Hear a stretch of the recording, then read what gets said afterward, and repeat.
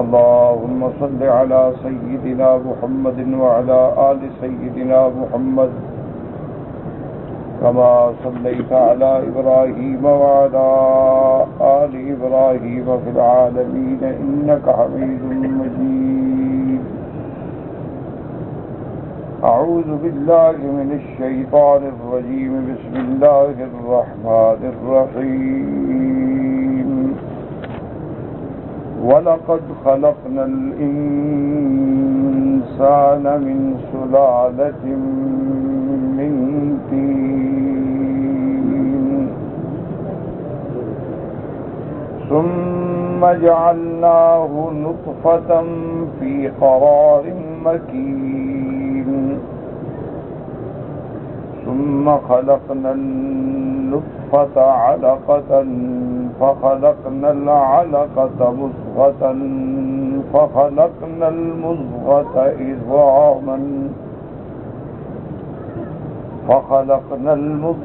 عظاما فكسونا العظام لحما ثم انشأناه خلقا آخر فتبارك الله أحسن الخالقين.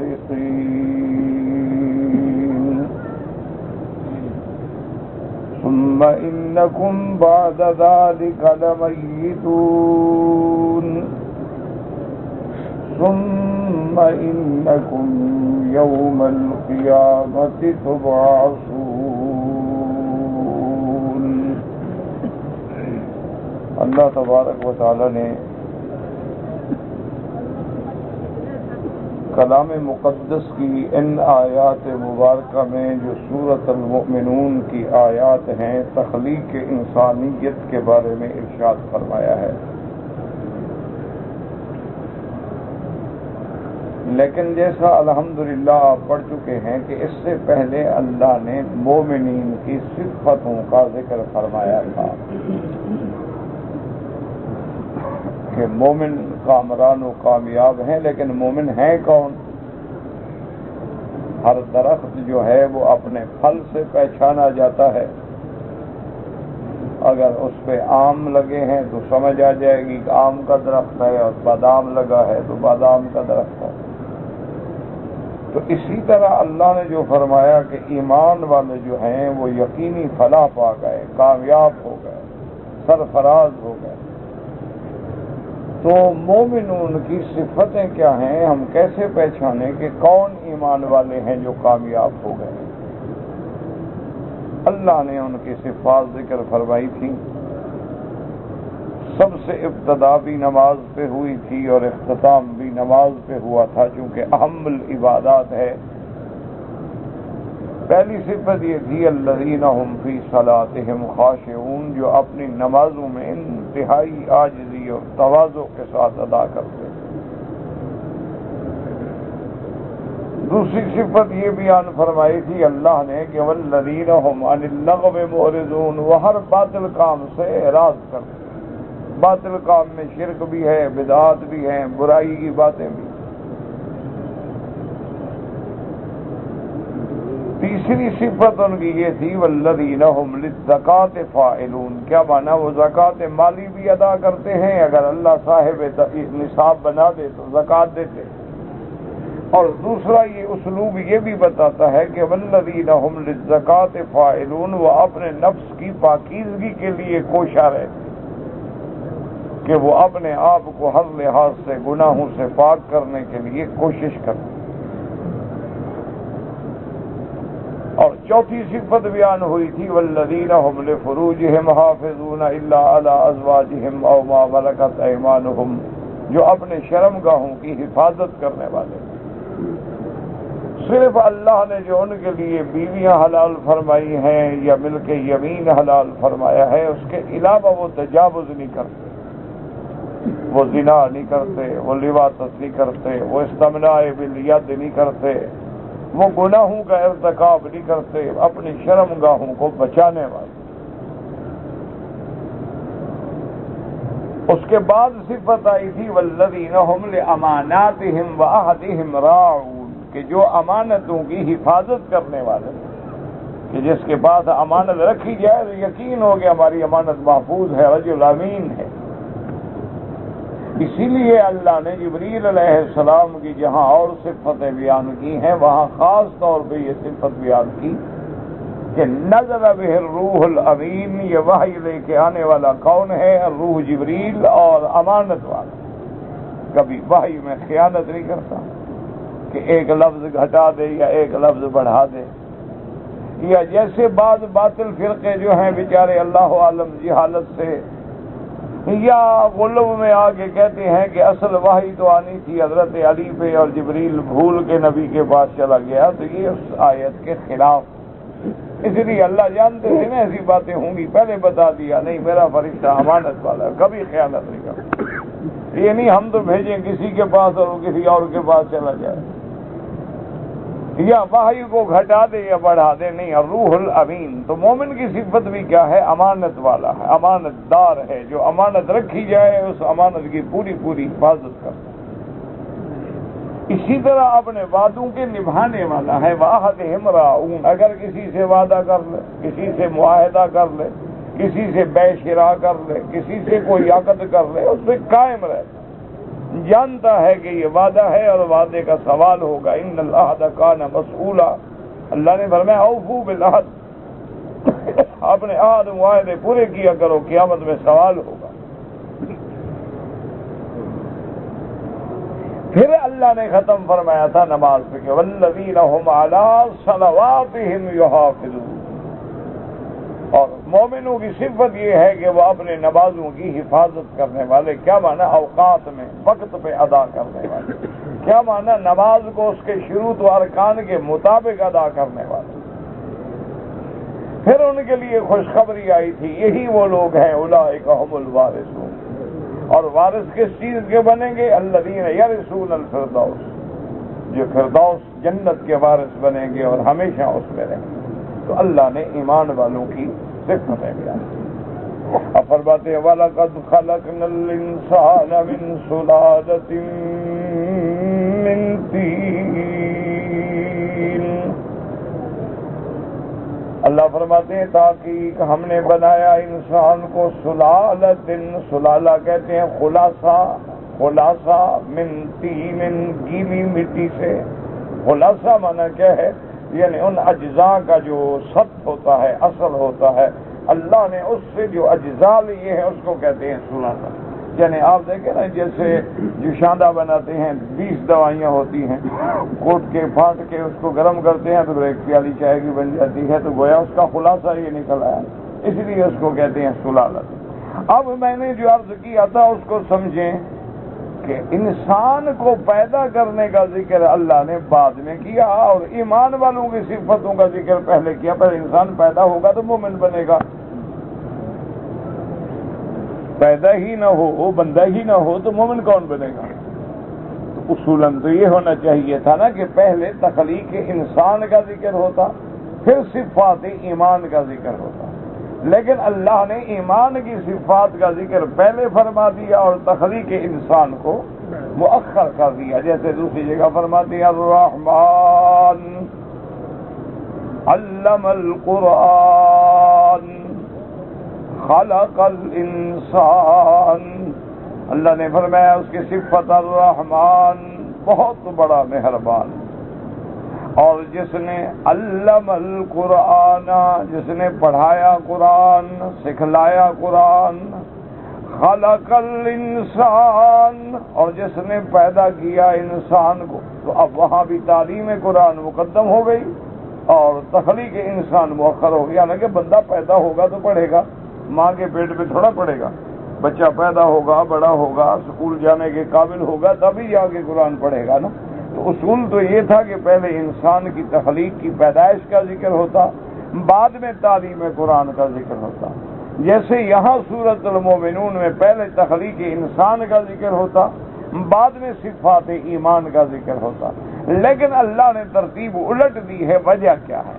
تو اس لیے علماء فرماتے ہیں اشارہ ہے کہ اگر قرآن کا علم نہ ہو تو گویا اس کا پیدا ہونا نہ ہونا برابر ہے، وہ تو حیوان ہے، وہ انسان ہے ہی نہیں۔ انسان بنا ہی تب ہے جب علم قرآن ہو، جب قرآن و سنت پہ ایمان ہو. اگر قرآن و سنت کو نہیں جانتا تو کیا ہوتا حیوان ہے, چاہے کروڑوں پتی اربوں پتی, جو اپنے مالک کو بھی نہ پہچانے, تو اپنے مالک کو بھی نہ پہچانے تو وہ کیا بندہ ہے؟ وہ تو پھر جانور سے بھی بدتر ہے, کیونکہ جانور بھی اپنے مالک کو پہچانتا ہے. لیکن یہ کیسا بندہ ہے کہ دنیا پہچانتا ہے, ڈالر پاؤنڈ پہچانتا ہے, کاروبار پہچانتا ہے, صرف قرآن حدیث نہیں پہچانتا, نماز روزہ نہیں پہچانتا, حج عمرہ نہیں پہچانتا. تو اشارہ ہوا اس طرف کہ اگر تمہارے اندر علم قرآن نہیں تو گویا انسانیت کے زمرے میں تم شامل ہی نہیں. جیسے یہاں بھی اشارہ فرمایا کہ اگر اس میں یہ ایمان والی صفتیں ہی نہیں ہے تو گویا انسان کے قابل ہی نہیں, کیونکہ انسانیت کو اللہ نے پیدا کیوں کیا ہے؟ فرمایا وما خلقت الجن والانس الا لیعبدون. ہم نے جن و انس کو اپنی عبادت کے لیے پیدا کی. اس لیے بزرگوں نے کہا ہے کہ بندگی جو ہے زندگی بے بندگی شرمندگی, کہ زندگی ہے لیکن اللہ کی بندگی نہیں ہے, وہ شرمندگی ہے, وہ زندگی نہیں ہے. اصل زندگی ہے وہی جس میں اللہ کی بندگی ہو, اللہ کی اطاعت ہو, حضور صلی اللہ علیہ وسلم کی محبت و فرما برداری ہو, ورنہ تو اس زندگی کا کوئی فائدہ ہی کوئی نہیں. اس لیے اللہ نے یہاں بھی ذکر فرمایا, ایمان کی صفات کو مقدم کر دیا, تخلیق انسان کو مؤخر کر دیا. اب فرماتے ہیں وَلَقَدْ خَلَقْنَا الْإِنسَانَ مِنْ سُلَالَةٍ مِّن طِينٍ. اچھا یاد رکھو, کہیں لفظ آتا ہے تین اور کہیں لفظ آتا ہے جیسے فرمایا كَمَثَلِ آدَمَ الذي خلقه من تراب ثم قال له كن فيكون. وہاں لفظ آتا ہے تراب کا, اور کہیں آتا ہے من صلصال من حمإ مسنون, اور کہیں آتا ہے من صلصال كالفخار, اور کہیں آتا ہے من ماء مهين. تو قرآن میں کئی مقامات پہ کہیں اللہ نے فرمایا ہم نے اس کو مٹی سے پیدا کیا, کہیں حرف تین ہے, اور تین کہتے ہیں گیلی مٹی کو, تراب کہتے ہیں خشک مٹی کو, اور فخار کہتے ہیں جیسے اینٹ بناتے ہیں نا آپ آگ میں ڈالتے ہیں تو پھر وہ بجتی ہے, آواز آتی ہے, تو پک جانے والی مٹی کو. اور کہیں فرماتے ہیں پانی سے, حقیر پانی سے, اس سے مراد وہ لطفہ ہوتا ہے. تو دراصل یہ اختلاف کوئی نہیں ہے, بالکل اللہ کے قرآن میں کسی جگہ تعارض نہیں. بعض علماء نے فرمایا کہ جہاں مٹی کا ذکر ہے اس سے مراد حضرت آدم ہے. اللہ نے آدم علیہ السلام کو چونکہ مٹی سے پیدا فرمایا تو اولاد آدم کی بھی نسبت اپنے ابا کی طرف کر کے فرما دیا من طین. اور بعض علماء فرماتے ہیں کہ نہیں, ہر انسان کو اللہ نے گویا مٹی سے پیدا کیا ہے. کیوں کہ جب غذا تمہاری, تمہارا کھانا, تمہارا پینا, تمہارے پھل فروٹ دانا گندم کہاں سے نکلے گی؟ مٹی سے نکلے گی. تو جب یہ غذا مٹی سے نکلے گی, غذا کھاؤ گے تو خون بنے گا, خون بنے گا تو پھر نطفہ بنے گا, نطفہ بنے گا تو بندہ بنے گا. تو لہذا معنی یہ ہے کہ ہر کسی کا اصل تو پھر مٹی ہوا نا. اس لیے فرماتے منہا خلقناکم وفیہا نعیدکم, ہم نے اسی مٹی سے تم کو بنایا, اسی میں لوٹائیں گے. ومنہا نخرجکم تارۃ اخری, اور پھر اسی سے ہم تمہیں قیامت کے دن کھڑا کریں گے. تو اس لحاظ سے تمام اقوال جمع ہو گئے کہ ہر بندہ بھی گویا مٹی سے بنا ہے, اس کی غذا مٹی سے آتی ہے. غذا سے آدمی جب کھاتا ہے تو پھر خون بنتا ہے, خون سے پھر نطفہ بنتا ہے, نطفے سے پھر انسان بنتا ہے. تو گویا سب مٹی سے ہوئے, اصل تو ہم سب کی مٹی ہو گئی. اس لیے اچھا کہیں فرمایا تھوڑا خالی مٹی, کہیں فرمایا گیلی مٹی. کیوں؟ پہلے تو مٹی ہوتی ہے, پانی پڑے گا تو گیلی ہو گئی, اب خشک ہو گئی, پھر پک گئی. تو اس لیے ان کیفیات کو مختلف انداز میں اللہ نے ذکر فرمایا وَلَقَدْ خَلَقْنَا الْإِنسَانَ مِنْ سُلَالَةٍ مِّن طِينٍ. اور یہ بھی یاد رکھو کہ ایک ہے لفظ تخلیق خلق, اور ایک ہوتا ہے تصنیع صناعت سے. تو جیسے آگے جا کے فرمائیں گے نا فَتَبَارَكَ اللَّهُ أَحْسَنُ الْخَالِقِينَ. حالانکہ ہر چیز کا خالق کون ہے؟ اللہ ہے. بات کو سمجھیں. قُلِ اللَّهُ خَالِقُ كُلُّ شَيْءٍ. اسی طرح فرمایا أَلَا لَهُ الْخَلْقُ وَالْأَمْرُ. اسی طرح فرمایا کہ ہر چیز کے پیدا کرنے والا خالق کون ہے؟ اللہ. اللہ کے سوا کوئی خالق نہیں. لیکن یہاں فرماتے ہیں وہ سب سے بہتر خالق، مانا اور بھی خالق ہیں، کیونکہ وہ تو سب سے اچھا ہوا نا، سب سے بہتر ہوا تو مانا کم بہتر تو کوئی اور بھی تو ہوئے. تو اس لیے یاد رکھیں کہ جب خالق کا مانا تخلیق ہوگا، خلق ہوگا، تو اللہ کے سوا کوئی نہیں ہو سکتا. امن خلق السماوات والارض. اسی طرح لیکن کبھی کبھی تخلیق کا معنی صنعت گری بھی ہوتا ہے، یعنی صنعت کسی چیز کا بنانا. تو اللہ نے بندوں کو بھی یہ توفیق دی ہے کہ وہ مختلف چیزوں کو جوڑ کے بنا لیتے ہیں. اب دیکھیں نا، آپ گاڑی بناتے ہیں، کار بناتے ہیں، ہوائی جہاز بناتے ہیں، کہیں لوہا ہے، کہیں اسٹیل ہے، کہیں کچھ ہے، کہیں کچھ ہے، کہیں تانبا ہے، کہیں پیتل ہے. تو یہ ساری صنعتیں جو ہیں، تو اس اعتبار سے انسان جو ہے اس کو بھی کہا کہ بھی یہ فلاں انسان کی تخلیق ہے. تو پھر وہ تو لیکن وہ تخلیق خود نہیں کر سکتا. اللہ تبارک و تعالیٰ ہی کی ذات ہے جو بغیر کسی مثال کے، بغیر کسی چیز کے جو چاہے پیدا کر دے. انما امرہ اذا اراد شیئا ان یقول له کن فیکون. اللہ کی شان ہی ہے، جو ارادہ کرے حکم دے ہو جائے. اب فرماتے ہیں وَلَقَدْ، پکی بات ہے، قسمیہ بات ہے، لام حرف ابتدائیہ، قد حرف تحقیق. وَلَقَدْ خَلَقْنَا الْإِنسَانَ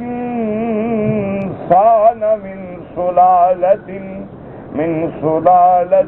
من طین. خلاصہ تین گیلی مٹی. یا تو اس سے مراد ابتدائے تخلیق ہے، یعنی حضرت آدم علیہ السلام. جیسے اللہ نے دوسرے مقام بھی فرمایا من صلصال من حمأ مسنون.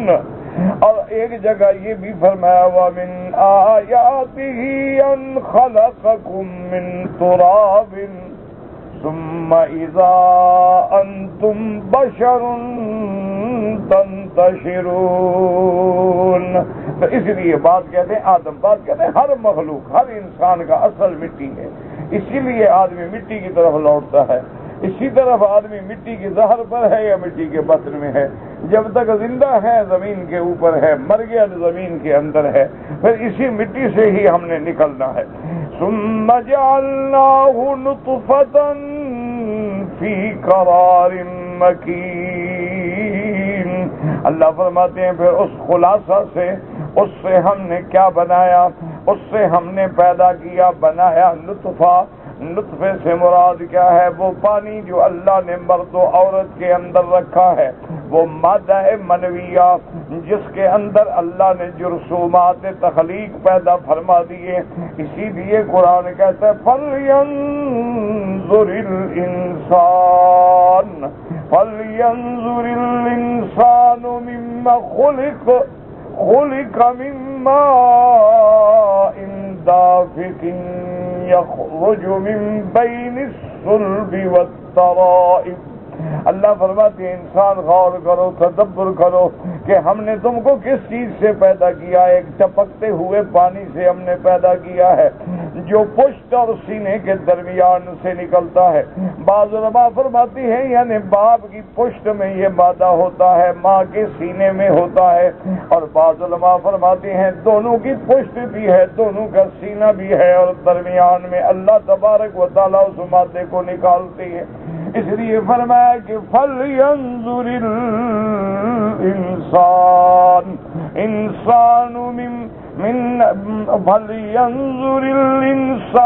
مِمَّا خُلِقَ مِن مَّاءٍ دَافِقٍ يَخْرُجُ مِن بَيْنِ الصُّلْبِ وَالتَّرَائِبِ.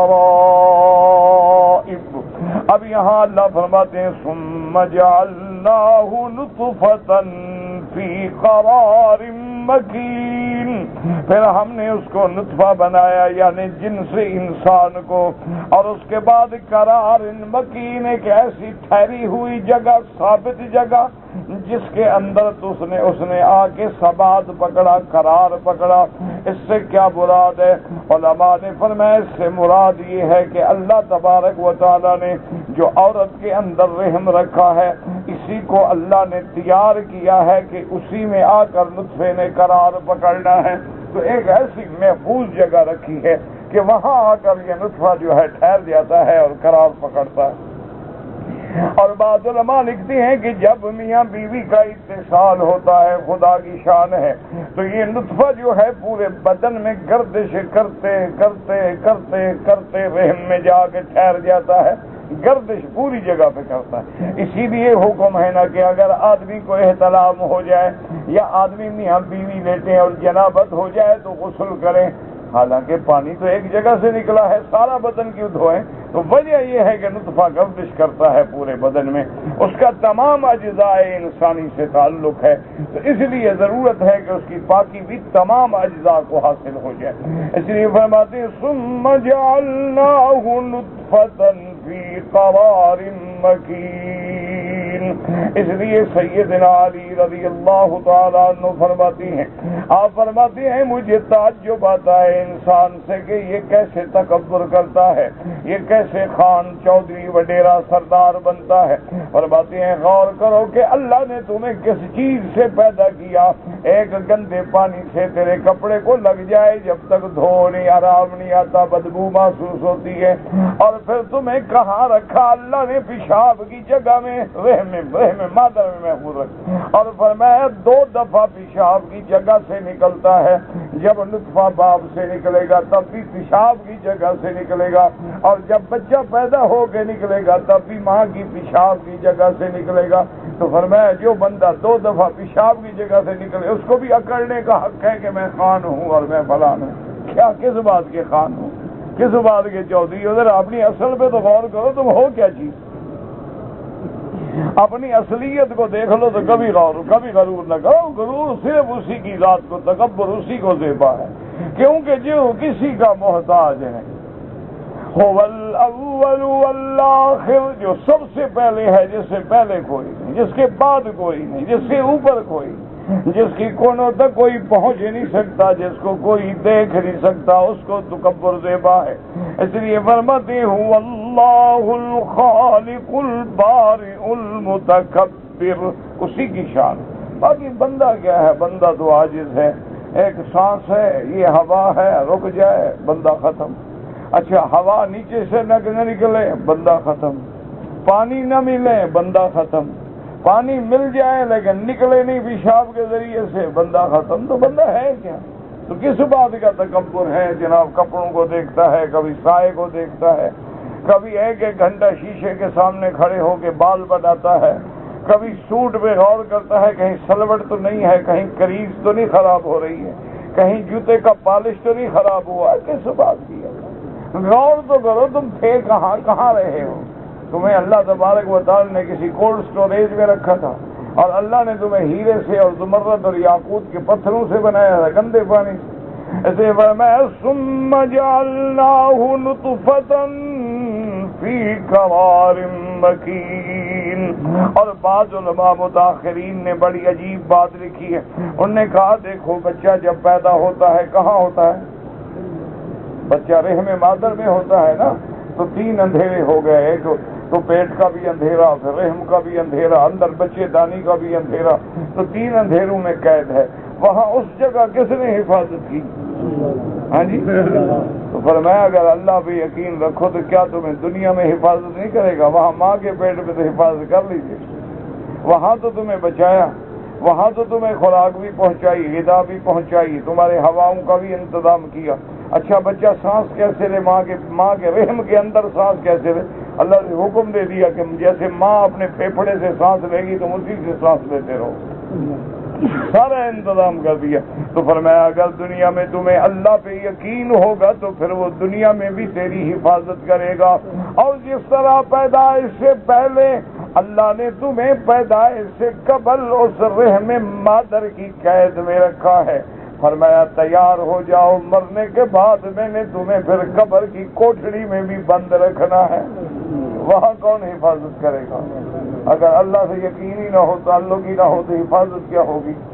ہمیں تو اللہ سے زیادہ بندوں سے تعلق ہے نا، ہمیں تو اللہ پہ کوئی تعلق ہے ہی نہیں، اللہ کا تو ہمارا صرف ایک نام ہے بس، اور وہ بھی نام کب لیتے ہیں؟ جب ڈنڈا پڑتا ہے، جب کوئی سیلاب آ جائے، طوفان آ جائے، تباہی آ جائے۔ آج ہی میں دیکھ رہا تھا اخباروں میں کہ سمندر میں فشار ہے، یعنی آپ حیران ہوں گے کہ وہ اتنا پانی جو ہے سینکڑوں میل کی بلندی تک جاتا ہے، اور وہ آگ کی طرح اتنا گرم ہے کہ اس کے اوپر جھاگ بن رہی ہے، جھاگ بن کے فشار سمندر کے اوپر اس کی گرمی کی وجہ سے ابل ابل کے۔ تو اب دیکھیں قرآن نے ہمیں پہلے فرمایا تھا کہ ذل بہار سجرت، جب دریا دہکا دیے جائیں گے آگ سے، تو کوئی سوچ سکتا تھا؟ دیکھیں آج اتنے عرصے کے بعد اللہ نے دشمنوں سے بھی تصدیق کرا دی کہ قرآن سچا ہے، جہنم ہے نیچے سمندر کے، وہ آگ کی طرح دہک رہی ہے، اور جب کوئی زمین میں دراڑ پڑتی ہے اور پانی وہاں جاتا ہے تو پھر وہ گرم ہو کے باہر نکلتا ہے اور تباہی پھیلاتا ہے۔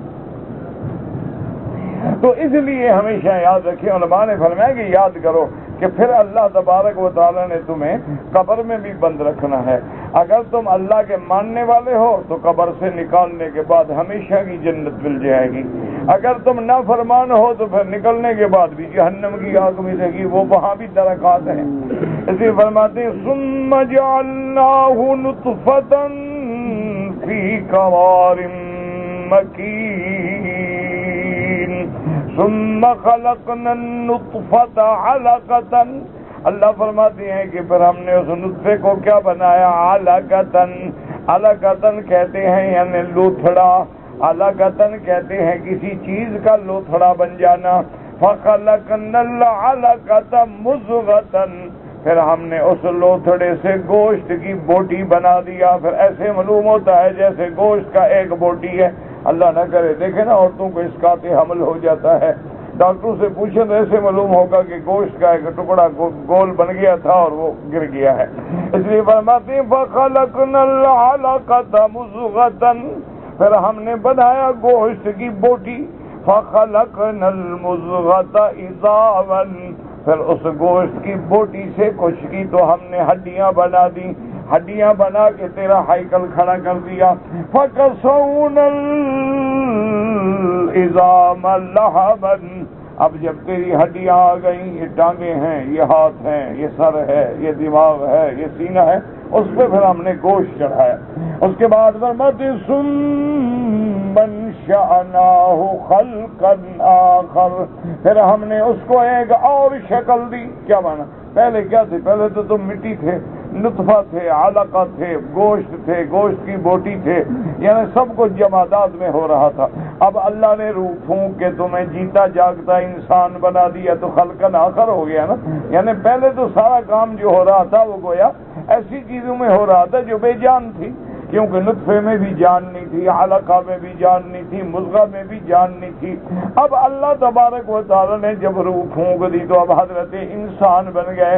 اس لیے فرماتے ہیں ثم انشأناہ خلقا آخر فتبارک اللہ احسن الخالقین۔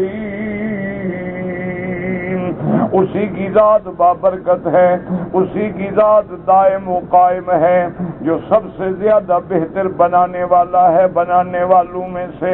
یہاں اگر صنعت کا معنی لیا جائے، اگر تخلیق بمعنی خلق لیا جائے تو اللہ کے سوا کوئی خالق نہیں ہے، اللہ کے سوا کوئی پیدا کرنے والا نہیں ہے۔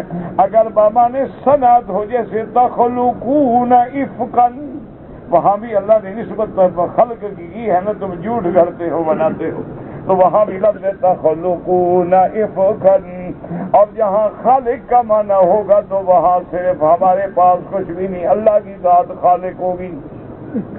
اچھا پھر قرآن میں دیکھیں کہ جہاں جہاں یعنی ذہن انسانی میں تاخیر کی مدت ہو وہاں اللہ نے سما استعمال کیا، اور جہاں ذہن انسانی میں تاخیر ضروری نہیں وہاں فا کا استعمال کیا گیا، جیسے اللہ نے فرمایا کہ ثم جعلناہ نطفۃ فی قرار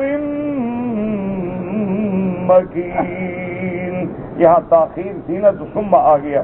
اچھا آگے ثم خلقنا النطفۃ علقۃ فخلقنا العلقۃ مضغۃ، یہاں فا آ گیا، فخلقنا المضغۃ عظاما فکسونا العظام لحما۔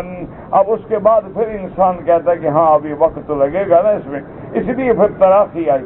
ثم انشأناہ خلقا آخر فتبارک اللہ احسن الخالقین۔ اور یہ بھی یاد رکھیں کہ اللہ نے روح تو سب سے پہلے پیدا کر دیے تھے عالم ارواح کے اندر، جہاں اللہ نے عہد لیا تھا الست بربکم قالوا بلا۔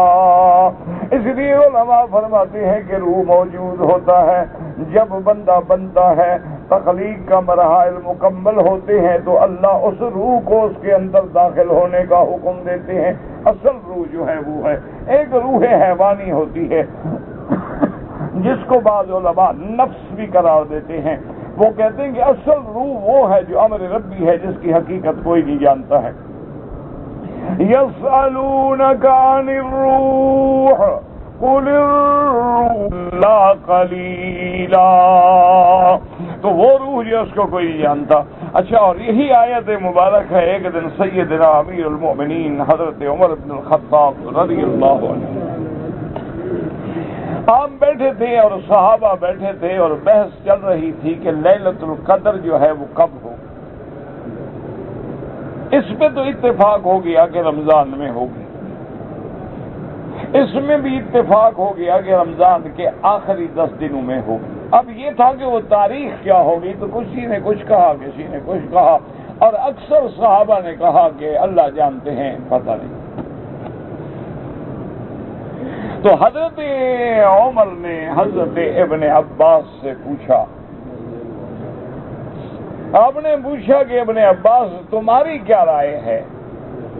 انہوں نے کہا جی بات تو ٹھیک ہے، اللہ کے سوا کوئی نہیں جانتا، لیکن جہاں تک دلائل کی روشنی میں جاننے کا تعلق ہے تو انہوں نے کہا کہ میری سمجھ میں یہ آتا ہے کہ اللہ نے انسان پر جو تخلیق کے مراحل گزرے ہیں نا وہ بھی 7 ہیں۔ باغ نے خود فرمایا ہے کہ من سلالۃ من ماء مہین، اس کے بعد نطفہ، پھر علقہ، پھر مضغہ، اس کے بعد کسوۃ عظام لحما ثم انشأناہ، 7 ہو گئے۔ تو تخلیق انسان کے مراحل جو ہیں وہ 7 ہیں۔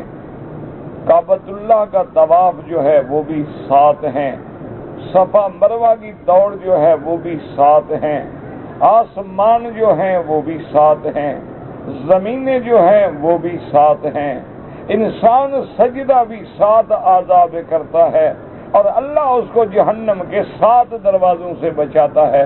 تو اس لیے انہوں نے فرمایا میرے دماغ میں یہی لگتا ہے کہ 27 ہوگی، کہ 7 کی نسبت ہے کوئی نہ کوئی۔ تو حضرت عمر بڑے خوش ہوئے، آپ نے فرمایا صحابہ سے دیکھا ہے تم کہتے ہو کہ میں اپنے عباس کی قدر کرتا ہوں، ابھی اس کے بال بھی نہیں جمے اچھی طرح، لیکن تم بوڑھے بوڑھے وہ بات نہیں بتا سکے جو اس جوان نے بتائی ہے، کہ بات تو کی ہے نا دلائل کے ساتھ، قرآن پاک کے سارے ادلہ۔ تو انہوں نے کہا اس میں کوئی نہ کوئی حکمت، یہ حکمت کی بات ہے۔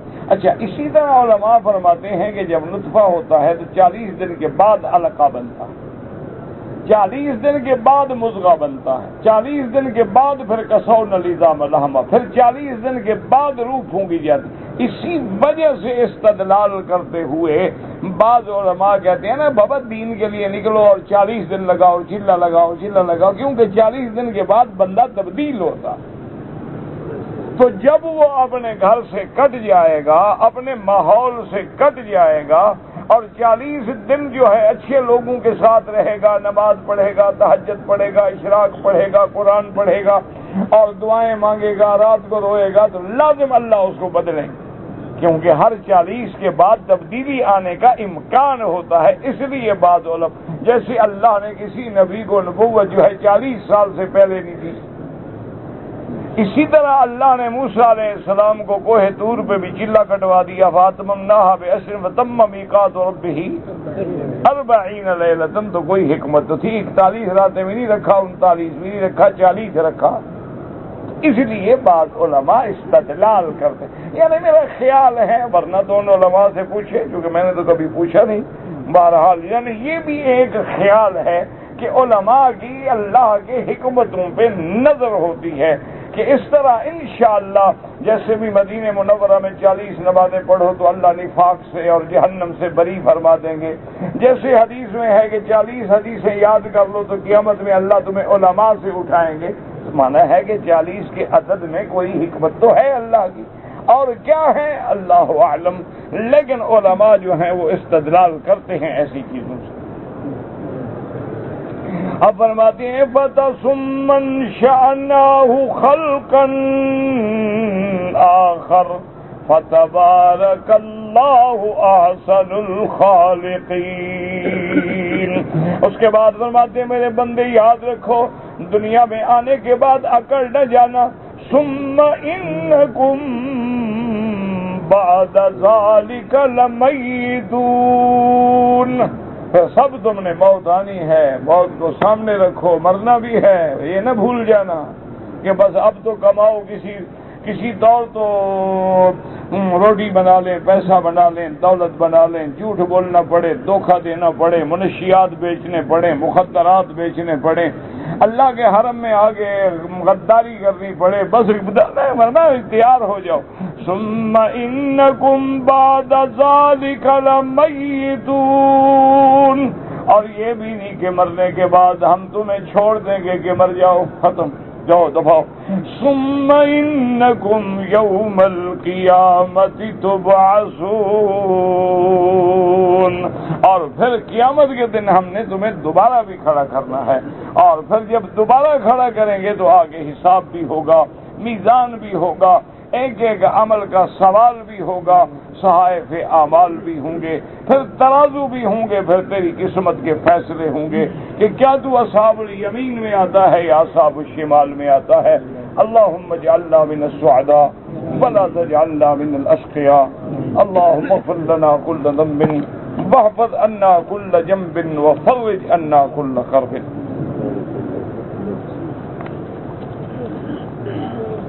ایک آدمی ہے، حافظ قرآن ہے، اس نے داڑھی رکھی لیکن 15 دن کے بعد منڈا ڈالی، دعا کرو اللہ اس کو توبہ کی توفیق دے، اور کیا اس نے گناہ کا کام کیا ہے، بہت بڑی غلطی ہے۔ داڑھی جو ہے وہ سنت الانبیاء ہے، سنت محمد مصطفیٰ ہے، اور داڑھی مبارک ایسی سنت ہے جو ہمیشہ میرے مدنی کے چہرے پہ رہی۔ داڑھی مبارک ایسی چیز ہے جس کا ذکر اللہ کے قرآن میں ہے، داڑھی مبارک ایسی چیز ہے جس کا حکم میرے مدنی محمد مصطفیٰ نے دیا ہے، اور داڑھی ایسی چیز ہے کہ جس کا ذکر تمام علماء، ادباء، فصحاء، بلغاء نے کیا ہے، اور داڑھی ایسی چیز ہے جس کے بارے میں اطباء بھی کہتے ہیں کہ داڑھی جو ہے یہ مرد کی مردانگی کی علامت ہے، رجولیت کی علامت ہے۔ دیکھیں نا، عورت کو داڑھی نہیں ہوتی، خسرے کو داڑھی نہیں ہوتی، ہیجڑے کو داڑھی نہیں ہوتی، تو داڑھی کا ہونا جو ہے یہ علامت رجولیت ہے، یہ علامت مردانگیت ہے اور زینت انسان ہے۔ تو اس لیے بہرحال، اور داڑھی کا ایک دفعہ منڈانا تو گناہ صغیرہ ہے، لیکن جب بار بار منڈائے تو پھر گناہ کبیرہ ہے، اور منڈانے والا فاسق و فاجر ہوتا ہے۔ اس لیے فقہا کہتے ہیں کہ داڑھی منڈا آدمی اذان بھی نہ دے اور امام بھی نہ بنے، چونکہ وہ فسق کی وجہ سے اس مقام کا قابل نہیں رہا۔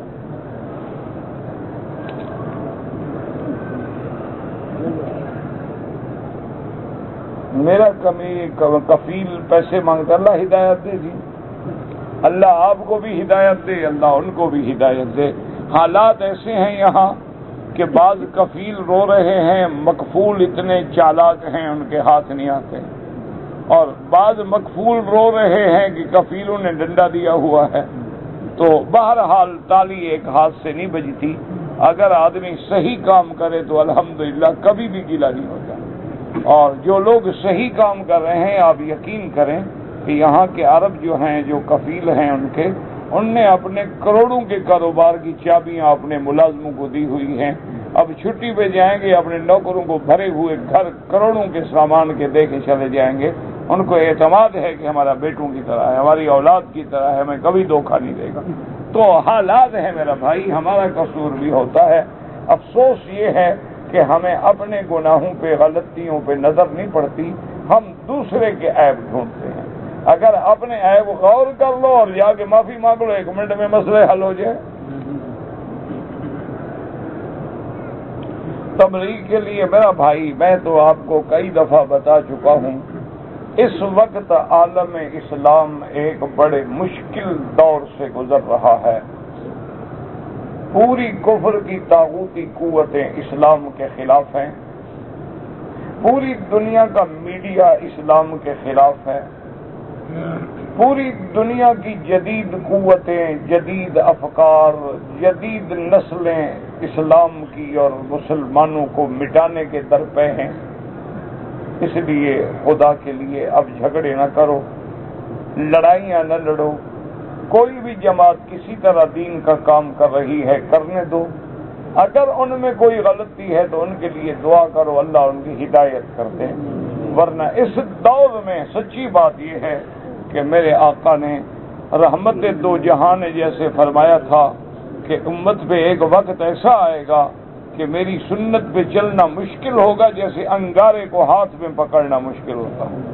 آج دیکھ لیں داڑھی رکھنا کتنا مشکل ہے، آج آپ دیکھ لیں کہ نماز پڑھنا کتنا مشکل ہو گیا، آج آپ دیکھ لیں کہ اسلامی شکل بنانا کتنا مشکل ہو گیا، آج آپ دیکھ لیں کہ اگر صحیح معنی میں اسلامی شکل ہے، داڑھی ہے، نیچے چادر ہے، کرتا ہے، ٹوپی ہے، پگڑی ہے، ہر آدمی اس کو نفرت کی نظر سے دیکھتا ہے۔ اور اگر اس کا 3 پیس سوٹ ہے، ٹائی ہے، سلیب گلے میں لٹکی ہوئی ہے، ہر یار کو بڑا آدمی معلوم ہوتا ہے، کو بڑا آدمی ہے، اس کو بڑائی کی نظر سے دیکھتا ہے۔ یہ وہ دور آ گیا ہے، لہذا کوئی بندہ کسی بھی دینی جماعت میں کام کر رہا ہے، کسی طرح بھی کر رہا ہے، خدا کے لیے وہ دین کی طرف لگا ہوا تو ہے نا، مسجد آ تو رہا ہے نا، نماز پڑھ تو رہا ہے نا، اب اس کو پڑھنے دو اور اس کے لیے دعائیں کرو کہ اللہ مسلمانوں کو ہدایت دے اور اتفاق و اتحاد دے۔ اس دور میں بھی جو لوگ فروعی مسائل پہ امت کو لڑاتے ہیں وہ اسلام کے خیر خواہ نہیں بلکہ اسلام سے دشمنی کر رہے ہیں۔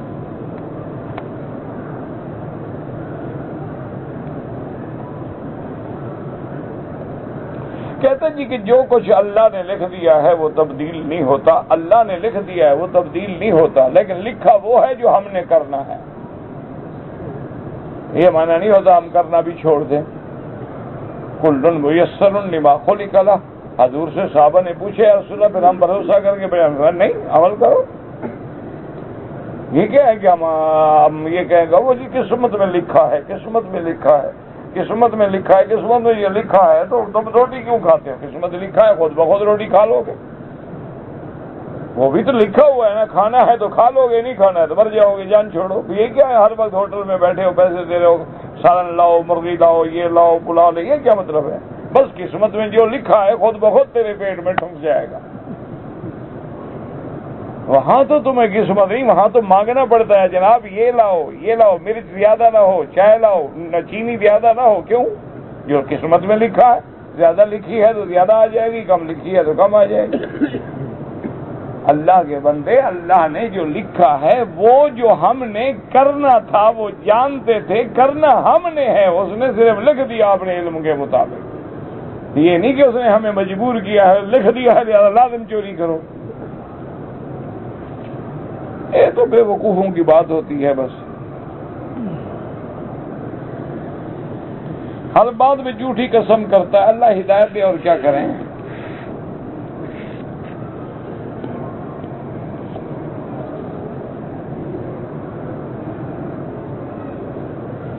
آپ کو روکا تو ہوتا ہی نہیں، اللہ کے بندے دیا جاتا ہے کہ یہاں پر عورتیں کاپی ہے، پتہ نہیں کیا ہے، بیٹھے ہوئے ہیں، اللہ جانے کیا تم نے لکھا ہے، نہ پڑھا جاتا ہے نہ سمجھ آتا ہے، کرے کیا آدمی۔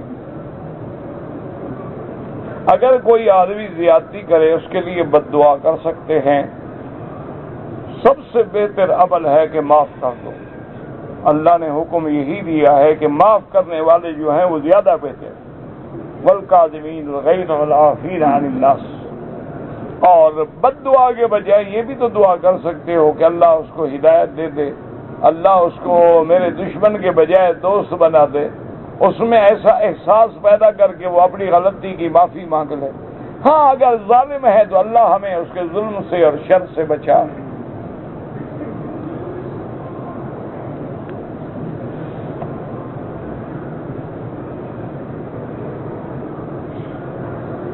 ایک آدمی کے پاس کام کیا، میرے پیسے نہیں دیے، سال کے بعد ملا، اس نے قسم کھائی میرے پاس آپ کے پیسے نہیں بنتے۔ ٹھیک ہے، بس خلاص آپ قسم پہ اعتبار کرو، جھوٹی قسم کھائی ہے، قیامت میں پکڑا جائے گا، قیامت میں تیرا حق تمہیں مل جائے گا۔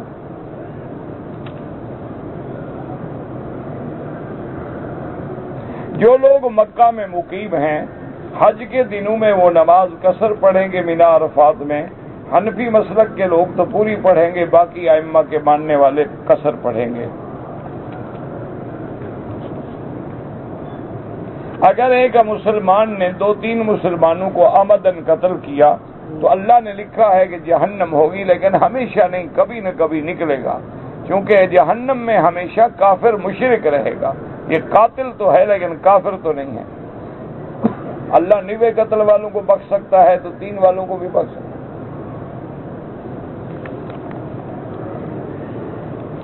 مسلمان مومن ایک چیز ہے، اسی کو مومن بھی کہا گیا، اسی کو مسلم بھی کہا گیا۔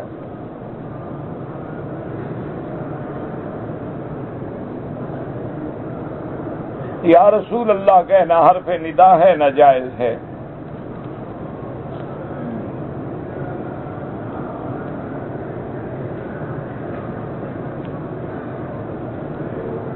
اب یہ دیکھیں، اب جیسے اب آپ نے لکھا ہے کہ آپ سے جب مسئلہ پوچھا جاتا ہے آپ پورا پڑھ کے ویسا جواب دینے کے بجائے مسئلہ پوچھنے والے پر چڑھ کر حملہ کر دیتے ہیں کہ آپ کو کشف الہام ہوا ہے۔ اب اس میں آپ کو کیا ہوا ہے؟ اس پرچی میں آپ کو کیا ہوا؟ اس کا میں کیا کہوں؟ آپ کو کشف الہام ہوا ہے جو آپ نے لکھا ہے؟ اب اس کا مجھے سمجھا دو کیا جواب ہے، میں وہی جواب دوں۔ اور ایک ہی آدمی ہے، سب اسی کا لکھا ہوا ہے، فارغ بیٹھا ہے لکھ رہا ہے بس۔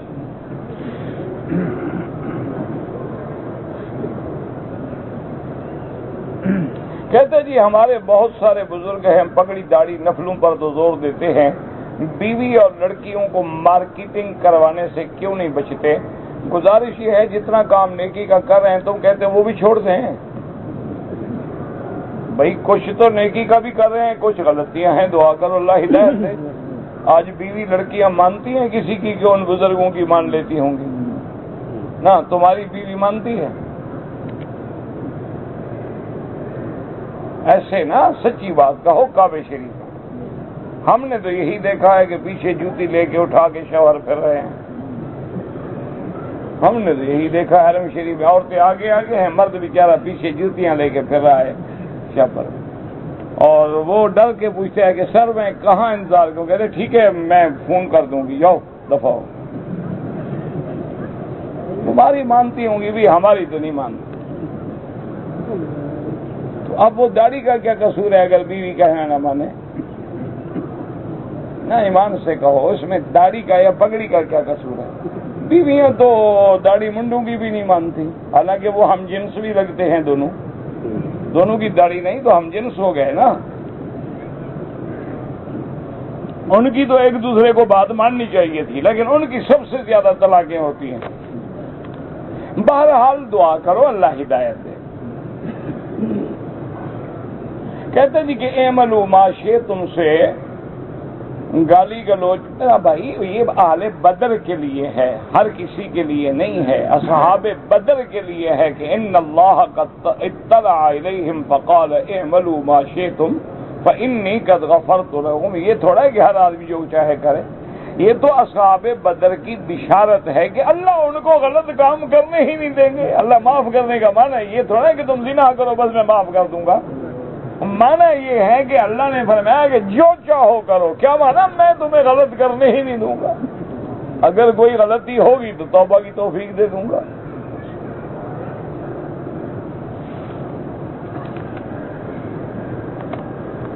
کہتے جی کہ اگر ہم زکوٰۃ کے پیسے دے کے کسی کو عمرہ کروائیں، یہ بات یاد رکھو، تم زکوٰۃ کے پیسے اس کو دے دو، مالک بنا دو، اب اس کی مرضی آئے تو وہ عمرے میں خرچ کرے، مرضی آئے نہ کرے، تم جبر نہیں کر سکتے ہو کہ ان پیسوں سے عمرہ کرو، پھر تو شرط ہو گئی، ملک تمہارا باقی رہ گیا، زکوٰۃ ادا ہی نہیں ہوئی۔ ہم لوگ عمرے پہ آئے ہیں اور ہمارے لیے طواف الوداع جو ہے واجب نہیں ہے، لیکن افضل یہ ہے کہ ہر آدمی عمرے والا بھی طواف الوداع کر کے جائے۔ کیوں؟ انسان کا کیا پتا ہے، پھر زندگی ہوگی تو کعبہ نصیب ہوگا نا، موت ہے، حیات ہے، مرنا ہے، کیا پتا ہے۔ اور حدیث میں بھی مطلق لفظ ہے ان یکون آخر العہد بالبیت الطواف، کہ تمہارا آخری کام یہ ہو کہ طواف کرو اور پھر جاؤ، تو اس لیے علماء فرماتے ہیں کہ عمرے والا بھی طواف الوداع کرے۔ لیکن فرق کیا ہے، حج والا چھوڑے گا تو دم دینی پڑے گی، عمرے والا اگر چھوڑ جائے تو اس کو دم نہیں دینا ہوگا کہ اس پر واجب نہیں ہے۔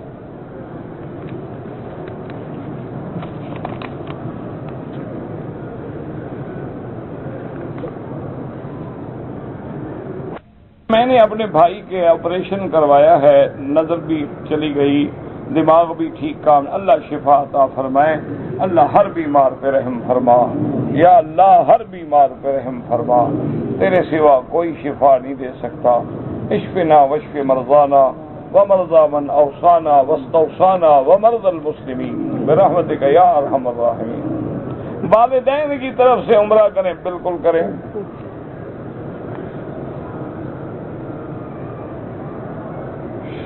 ہم نے مدینہ منورہ سے مکہ آتے ہوئے کوئی مجبوری ہو گئی کہ احرام نہیں باندھا، لیکن مدینہ منورہ سے 60 کلومیٹر کے فاصلے پر آ کے ہم نے احرام باندھ لیا، ٹھیک ہو گیا، کیونکہ مکہ مدینہ منورہ کے راستے میں 2 میقات ہیں، یاد رکھو۔ ایک میقات ہے ذل حلیفہ جسے آج کل پیر علی کہتے ہیں، اور ایک میقات ہے جوحفہ جو رابغ کے قریب ہے، یہاں مکے سے 150 کلومیٹر پہ ہے۔ تو آپ نے وہ پہلا میقات تو چھوڑ دیا غلطی سے، لیکن دوسرے میقات سے پہلے آپ نے احرام باندھ لیا، تو آپ کا عمرہ بھی ہو گیا اور دم سے بھی بچ گئے۔ لیکن آئندہ ایسا نہ کریں، سنت یہ ہے کہ ہمیشہ احرام مدینے سے آنے والے جو ہیں وہ ذل حلیفہ سے باندھیں۔ خانہ کعبہ کی تعمیر جو ہے اس کے بعد، یہ تو حضرت سلیمان علیہ السلام نے تعمیر کی نا بیت المقدس، اس سے پہلے تعمیر ہوئی، اب اس پیغمبر کا نام اللہ جانتے ہیں۔ برا خواب ہے تو کسی کو ذکر نہ کیا کریں، یعنی اگر کوئی ڈراؤنا خواب دیکھو، برا خواب دیکھو، تو قاعدہ یہ ہے کہ بائیں طرف تھوک دو 3 دفعہ اور پڑھو لا حول ولا قوت الا باللہ العلی العظیم، اور کسی کو نہ بتاؤ، وہ اس خواب کا تمہیں کوئی بھی نقصان نہیں ہوگا۔ اور اگر خواب اچھا ہے تو کسی عالم کو، سمجھدار آدمی کو بتاؤ جو صحیح تعبیر دے سکے۔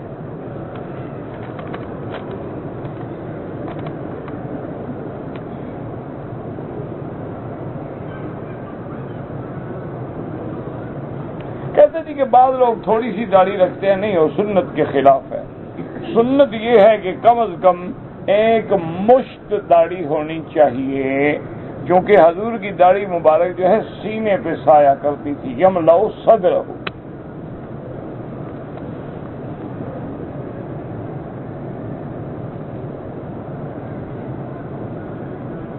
میں نے عمرے کی نیت کی، احرام باندھا، لیکن جلدی میں بنیان اتارنا بھول گیا۔ حرم پہنچا تو خیال آیا، پھر طواف صفا سے پہلے میں نے بنیان اتار دی، ٹھیک ہو گیا انشاءاللہ، لیکن احتیاط اسی میں ہے کہ 2-1 ریال خیرات صدقہ کر دو۔ سفر کے مہینے کا جب چاند نظر آئے تو نوافل ادا کرنا، نوافل ہر مہینے ادا کریں، سفر کے ساتھ کوئی خاص تو ہے نہیں۔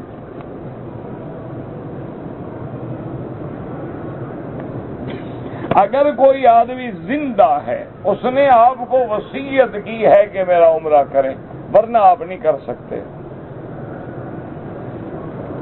اگر ہم ایک عمرہ کر کے 10 آدمیوں کو بخش دیں، نہیں، ایک کے لیے۔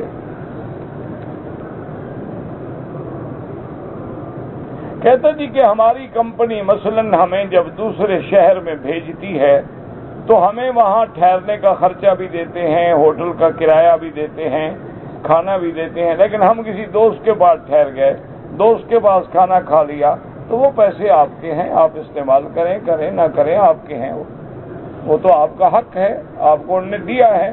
اب اگر آپ کو اللہ نے مفت انتظام کر دیا ہے تو پیسے تو وہ آپ کے ہیں۔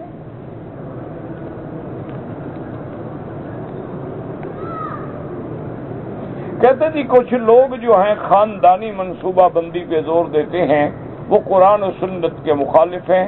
اللہ کا حکم ہے کہ بچوں کو قتل نہ کرو، نہ پیدا ہونے سے پہلے نہ پیدا ہونے کے بعد۔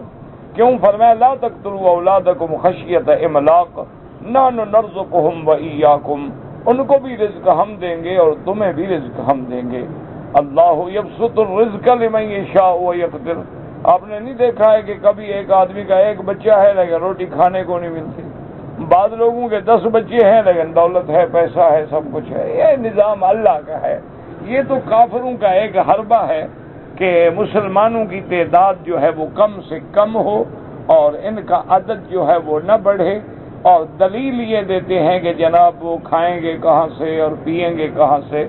میرا بھائی، جو بچہ کھانے کے لیے منہ لے کے آتا ہے وہ کمانے کے لیے 2 ہاتھ اور 2 پاؤں بھی لے کے آتا ہے، اور کبھی وہ بچہ اتنا اللہ اس کو عقل دیتا ہے کہ وہ سارے علاقے کی خدمت کا ذریعہ بن جاتا ہے۔ اللہ تبارک و تعالیٰ اس سے ایسا کام لیتا ہے کہ وہ ہزاروں غریبوں کے ٹھکانہ کر لیتا ہے۔ تو اس لیے یہ بالکل ناجائز ہے، حرام ہے، قرآن و سنت کے خلاف ہے، کفر کی سازش ہے۔ ہم اس کے پیچھے لگے ہوئے ہیں۔ تمہارے پاس کروڑوں ایکڑ زمین جو ہے وہ بنجر پڑی، اس کو آباد کرو، نہ کہ بندوں کو برباد کرو۔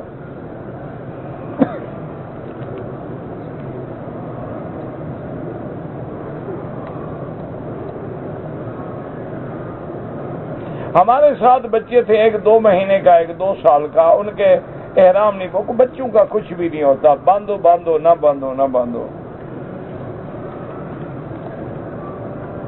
رکوع کے بعد جو ہے کچھ لوگ دوبارہ ہاتھ باندھ کے کھڑے ہوتے ہیں، وہ کہتے ہیں کہ قیام کی جو پہلی حالت تھی اب بھی وہی ہونی چاہیے، اور بعض علماء جو ہیں وہ کہتے ہیں رکوع کے بعد ہاتھ چھوڑ دینے چاہیے۔ یہ اعلیٰ اولیٰ کی باتیں ہیں، کوئی جھگڑے کی باتیں نہیں۔ جس نے ہاتھ باندھا ہوا ہے اس کے ہاتھ پکڑ کے نہ چھڑاؤ، اور جس نے نہیں باندھے ہیں اس کے دونوں پکڑ کے نہ بندھواؤ۔ اللہ دونوں کی نمازیں قبول فرمائیں گے، کوئی مسئلہ نہیں۔ اعلیٰ اولیٰ کی بات ہے، افضل غیر افضل کی بات ہے۔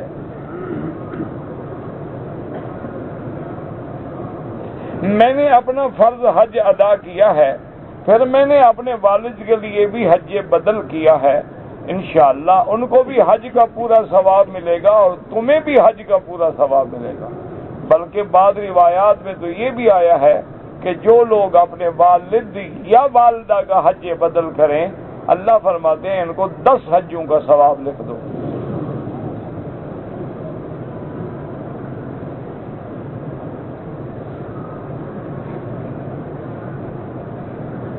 ہم بلوچستان سے ہیں، دعا کریں۔ بالکل جی، ہم ہمیشہ دعا کرتے ہیں، اللہ تبارک و تعالی ہمارے بلوچ بھائیوں کی اور ہر بھائی کی اور ہر مسلمان کی جس جگہ ہے، دریا میں ہے، بر میں ہے، بحر میں ہے، فضا میں ہے، پہاڑوں، اللہ اس کی جان، مال، آبرو، عزت کی حفاظت فرمائے۔ ہم تو ہر مسلمان کے لیے دعا گو ہیں۔ ایک آدمی بینک کی نوکری کرتا ہے، کیا اس کی تنخواہ بھی سود ہے؟ نہیں، اس کی تنخواہ جو ہے وہ سود نہیں ہے۔ اور دوسری جگہ نوکری تلاش کرتا رہے، جب تک نہ ملے وہ نوکری بھی کر سکتا ہے اور تنخواہ بھی کھا سکتا ہے۔ لیکن بہتر یہ ہے کہ ایسے لعنتی اداروں سے دور رہا جائے، کیونکہ حضور صلی اللہ علیہ وسلم نے بڑی وعید بیان فرمائی ہے کہ سود لینے والا، دینے والا، لکھنے والا، گواہی دینے والا، سب پہ اللہ نے لعنت بھیجی ہے۔ اداروں سے اپنے آپ کو دور رکھیں، بچانے کی کوشش کریں۔ باقی جب تک دوسری نوکری نہیں ملتی ہے کرتے رہو، تنخواہ تمہاری جو ہے وہ سود نہیں بنتی۔ تم تو اپنے وقت کا بدل لے رہے ہو، تم تھوڑا سود کما رہے ہو، تم تو اپنا ایک کام کرتے ہو اور 8 گھنٹے ڈیوٹی کرتے ہو، ڈیوٹی کے عوض میں آپ کو ایک تنخواہ ملتی ہے۔ لیکن بہتر یہ ہے کہ ایسے ادارے جیسے انشورنس کے ادارے ہیں، بینکنگ کے ادارے ہیں، سودی ادارے ہیں، جوئے کے ادارے ہیں، قمار جوئے کے اڈے ہیں، لاٹری کے ادارے ہیں، ایسے حرام اداروں سے بچنے کی کوشش کریں، ان سے دور رہیں، کیونکہ جب آدمی آگ کے قریب ہوتا ہے تو کسی وقت چنگاری اسے بھی جلا ڈالتی ہے، اور جب دور ہوتا ہے تو وہ بچ جاتا ہے۔ ربنا تقبل منا انك انت السميع العليم وتب علينا انك انت التواب الرحيم۔ اللهم صل على سيدنا محمد وعلى آل سيدنا محمد كما صليت على إبراهيم وعلى آل إبراهيم وبارك على سيدنا محمد وعلى آل سيدنا محمد كما باركت على إبراهيم وعلى آل إبراهيم في العالمين إنك حميد مجيد۔ يا حي يا قيوم يا ذا الجلال والإكرام، يا حي يا قيوم برحمتك نستغيث۔ اللهم إنا نسألك بأسمائك الحسنى وصفاتك العليا، اللهم إنا نسألك باسمك المكنون المخزون المبارك الطيب الطاهر المقدس، اللهم لا إله إلا أنت سبحانك إنا كنا من الظالمين، لا إله إلا أنت سبحانك إنا كنا من الظالمين، لا إله إلا أنت سبحانك إنا كنا من الظالمين۔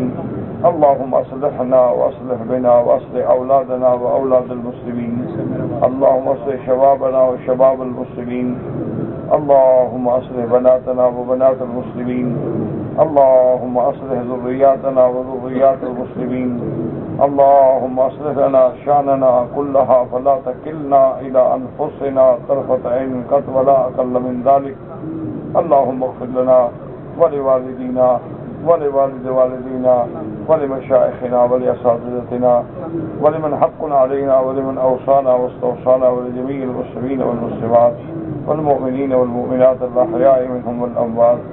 یا اللہ عالم اسلام کی عزت کا فیصلہ فرما، یا اللہ عالم اسلام کی غلبے کا فیصلہ فرما، یا اللہ کفار کی شکست کا فیصلہ فرما، یا اللہ یہود و ہنود کی سازشوں کو ہمیشہ کے لیے ختم فرما،